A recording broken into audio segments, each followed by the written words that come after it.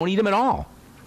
Now, personally, I think some of these oils, if they're used correctly, that is, if they're not cooked and they're not heated and they're kept in a refrigerator and they're used fresh and they're kept in a dark bottle, in my opinion and in my experience, personal experience and experience with my patients, I've seen that these things can be wonderful sources of nutrients and very beneficial. So, in my opinion, you're throwing out the baby with the bathwater if you avoid liquid oils because there's so many good things in there. You got to be careful. Yes, you don't want to cook them. You don't want to fry with them. You want to use them fresh. You want to make sure they're in a dark bottle, etc. But as long as they are, you're going to get some wonderful nutritional value out of these things, especially heart-friendly nutrients. Now, it's a judgment call. That's my opinion, and everyone's going to have to make their own decisions, but that's my take on that whole controversy around liquid oils. So these liquid fats, these unsaturated fats, are especially good sources of two incredibly important nutritional components. These two critical nutritional components are only found, or mostly found, in liquid fats. And these two components, these two nutritional components that are found in unsaturated liquid fats are acids. They're acidic in nature. And they're vital. They're so vital, they're essential, like air and like water. You can't live without these two acidic compounds, these two acidic fats that are found in unsaturated oils. They're essential and they're acidic, and they're almost like vitamins. They're part of the mighty 90 essential nutrients, which is why we call them essential acids, or more accurately, essential fatty acids, or EFAs. So EFAs are found in unsaturated oils largely. They're found in liquid oils largely. They come in two varieties. They're acidic, and they are essential, which means they're like air, they're like water, they're like vitamins. You cannot live without these EFAs. In the world of nutrition, if you hear the word essential as an essential fatty acid or essential amino acid or essential nutrient, what that means is you better get it in your diet because your body's not making it and you need it. In the case of essential fatty acid deficiencies, which are extremely common, you have all kinds of symptoms that are associated with not getting enough EFAs, especially skin issues, autoimmune issues. Even cancer can be associated with deficiencies in essential fatty acids. Inflammation can be associated with essential fatty acid deficiencies. But the biggest, the most PMS issues also can be associated with EFA deficiencies. Because EFAs are important for the absorption of fats, it's a vicious downward spiral. Once you're deficient in your EFAs, you're not going to absorb your EFAs as effectively, which means you'll be more deficient, which means you'll absorb them even less, and this is where the downward spiral comes from. No part of the body is more in need of essential fatty acids, and no part of the body is more susceptible to deficiency disease states from EFA deficiency than the skin. In fact, skin diseases are the body's cry for essential fatty acids. Psoriasis, acne, dermatitis, even ultimately melanomas and skin cancer may be related to essential fatty acid deficiency. All right. Got more to say about EFA deficiencies and the skin. We'll talk about the importance of a vitamin, one incredible vitamin that helps stabilize essential fatty acids. When we come back from our break, we'll take your phone calls as well. 844-236-6010. Okay, we are back on the bright side. 844-236-6010 is our number. Got lines open for you. 844-236-6010. We're talking essential fats, liquid fats, solid fats. Your liquid fats are unsaturated. Your solid fats, fake or natural, called saturated fats. Liquid fats they're unstable, but they're also really important sources of nutrition, especially vitamin E and especially something called phytosterols, plant hormone-like substances, steroid hormone-like substances, which can help improve our steroid hormone, the actions of our steroid hormones. Liquid fats are also a great source of vitamin E, so important for the brain. Vitamin E is ridiculously important, actually, and we'll talk about that probably tomorrow, how unbelievably, phenomenally important vitamin E is. I got a letter from my friend Gina in Oregon. She said, Ben, you're absolutely correct. I'm paraphrasing here. Vitamin E can be used very effectively for burns and for cuts and for scrapes, and I've noticed it in my practice now for decades, that when you take high doses of vitamin E, your wounds heal faster. doctors will actually tell you not to take vitamin E before surgery because vitamin E has a thinning effect on the blood. But as it turns out, thinning is not necessarily a bad thing, thinning of the blood. Thinning of the blood means more nutrient delivery. It means more detoxification. I read a really interesting study, and I can't find it now, but I read this really interesting study yesterday about estrogen and blood clotting.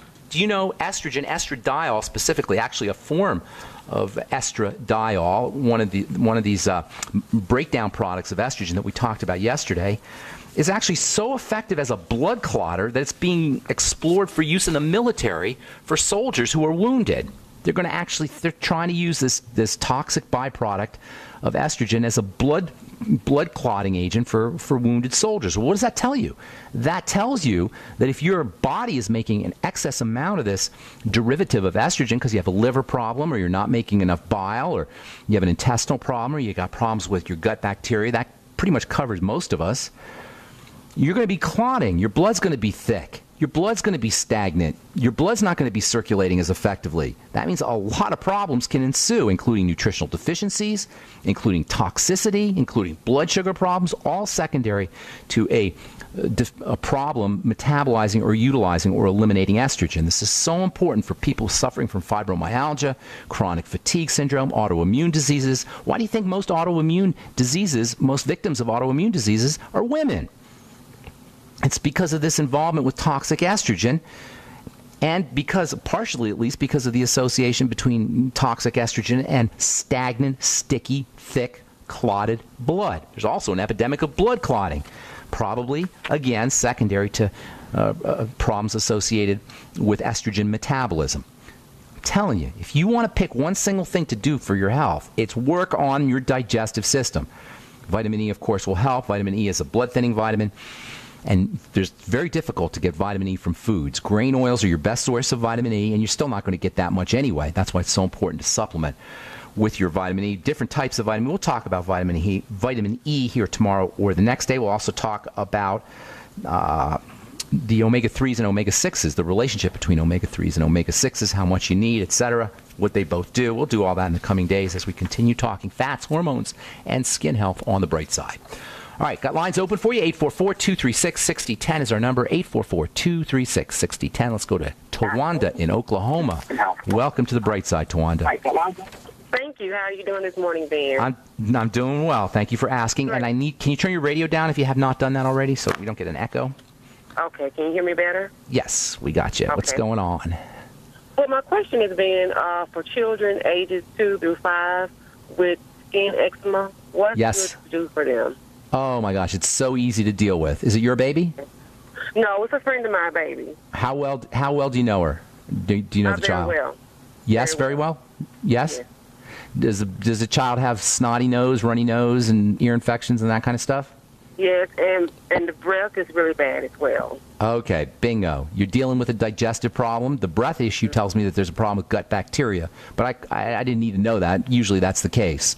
So what you want to do is you want to start working with food. Eczema is super, super, super, super easy to treat. So is psoriasis. And psoriasis and eczema are very similar. Psoriasis is reverse eczema. Psoriasis is when skin cells are growing too fast. Eczema is when they're not growing fast enough, but they both involve inflammation. Inflammation means two things. Number one, immune system and digestive problems. And number two, problems with fats. Those are the two areas you're going to work with, and they're related. So digestion, that means elimination diet. That means look for foods that cause problems. Look for foods that cause eczema flare-ups. Look for foods that cause exacerbation of mucus, snottiness, or trigger infections, ear infections. Ear infections are, by the way, the same thing. And ear infections are like an epidemic in little kids. Not a reason for an antibiotic, FYI.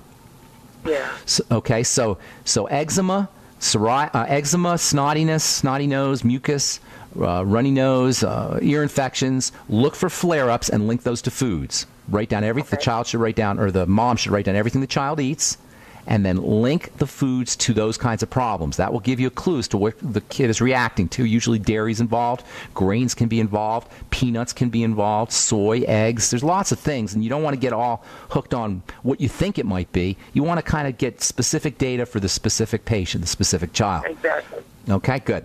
So you're going to eliminate food, you're going to look for foods, and then you're going to eliminate them. Step number 1. Step number 2 is you're going to start to support the digestive system with gut bacteria, probiotics, get a kitty probiotic. Also fermented foods if the kid will eat them. A lot of kids won't eat that, but you can always get them a child probiotic, I should say. And if the kid's on an antibiotic, which they usually are, it becomes even more important that they're on probiotics when they're done with their antibiotics. So making sure you're supporting the kid's digestion with probiotics. You might want to try a little of the Z Radical or the Fucoid Z. Now, the Z Radical is a little sweet, but the kid will like it. I would dilute it, but the sugars in the Z Radical or the Fucoid Z, for that matter, will coat the digestive tract, and that can help support digestive health. Also, you might want to use, if the kid will eat chicken soup, bone soup, real chicken soup made with the bones, that can also have a beneficial effect on the digestive tract. The next thing, so number 1 is you're going to work on digestion. Number 2 is you got to work on fats, and they're related because fats are harder to absorb. So if there's a digestive problem, the kid's not going to be absorbing his fats.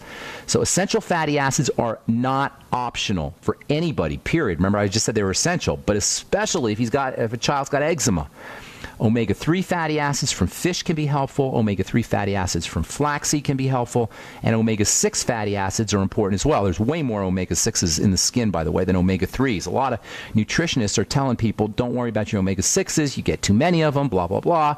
I'm not buying it, because most of us are cooking or processing or heating or our omega-6 oils, or we're buying them in a clear bottle and the omega-6s have been removed. So both omega-6s and omega-3s are important. If the kid can take, how old did you say he was? Did you say 2? 2. Okay, yes. So probably he's not going to be able to do the capsules, but you can break open the capsules, the Ultimate EFA capsules, maybe 2 or 3 of the Ultimate EFA capsules, and then squeeze them into some applesauce or something that the kid will eat, some like rice pudding or something along those lines, something that the kid will eat. You can also squeeze open the capsules and put them right on the eczema. That can help. Yeah, that was my next question. Good. Absolutely, you can do that. And there's also fatty vitamins that you can do that with. Hang tight, there's a couple more things I want to tell you. There's also, we talked about this yesterday, there's also a really neat essential fatty acid derivative from omega-6s that you can apply right on the eczema, or you can use orally as a supplement. Hang tight, Tawanda. We'll finish up when we come back. I'm Pharmacist Ben. You're listening to The Bright Side. 844-236-6010 is our number. We'll be back right after this. Okay, we are back on The Bright Side. 844-236-6010 is our number. We're talking to Tawanda in Oklahoma. So work on the digestive system, number 1, Tawanda. The breath issue is definitely, well, not definitely, but more than likely a bacterial issue, a gut bacteria issue. So probiotics, if you can break open a probiotic, there are liquid probiotics for children, too, that you can get.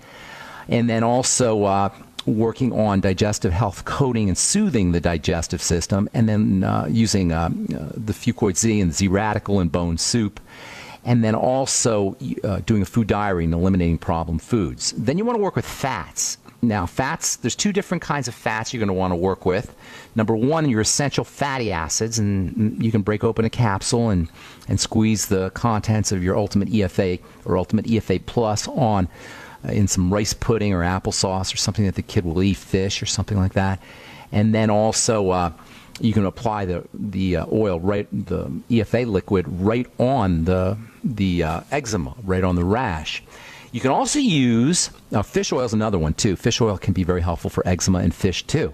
But you can also use something called GLA, which we talked about yesterday. GLA is a breakdown product, a derivative of omega-6 fatty acids, and it can be really, really helpful for eczema, both internally and externally.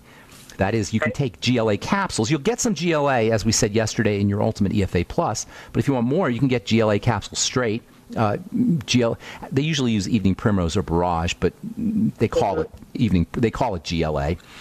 Okay. And then you can apply it right on the skin. And then there's the fatty vitamins. Vitamin A and D in particular are very, very important for eczema, very, very important for the child's development, getting the kid out in the sun to get his vitamin D. Also, fish oil is a source of vitamin D. Supplemental vitamin D, maybe 1,000 to 2,000, up to 5,000 international units a day for a 2-year-old probably. Can't really overdo well, you can theoretically, but it's very difficult to overdo the vitamin A. Vitamin A containing foods or animal foods unfortunately, a lot of the foods that contain vitamin A may cause reactions, so you got to be observant, but certainly the supplements should be no problem. And then last but not least, there's minerals that are related to the fatty system, particularly zinc and selenium. Zinc is also very important for development of muscle, development of bone, development of the brain in children, and zinc deficiency